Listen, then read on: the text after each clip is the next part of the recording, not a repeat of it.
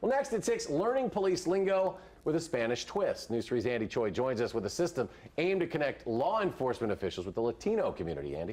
That's right, Eric. It's a growing community for so many areas, which is why Spanish class for police officers isn't anything new, but a Janesville officer is developing his own approach to teaching the language, and it's got officers around the state and the country turning to his lesson plans.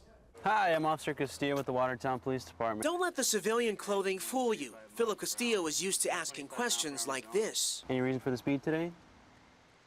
No, yo no estoy parando nada.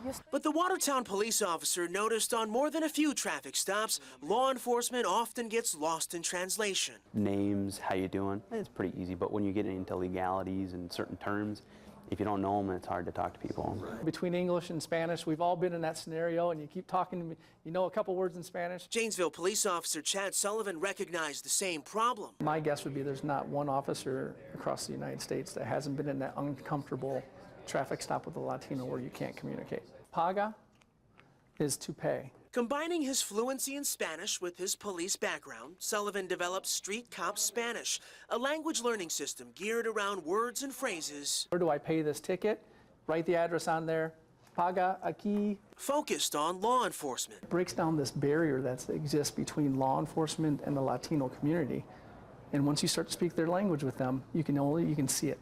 The wall comes down. They're more comfortable with us. No, yo no estaba corriendo. Yo manejando muy bien. I was telling you, no, I was not speeding. I was just driving. It's why officers around the state are turning to Sullivan. You had good follow-up questions with it. You were able to ask her some of those things. To serve and protect in more than one language. In local law enforcement, it's to serve everybody that's in our community, and Latinos are in our community.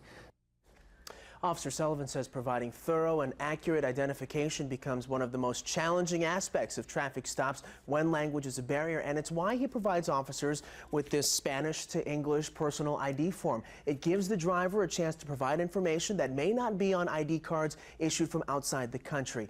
Officer Sullivan has given seminars around the state, even teaching Spanish to officers as far as New York. And for more information on Street Cop Spanish, we've provided a link on our website, channel3000.com. We were talking about earlier, learn Spanish. Whatever career you choose, learn Spanish. Andy, thank you. You're welcome.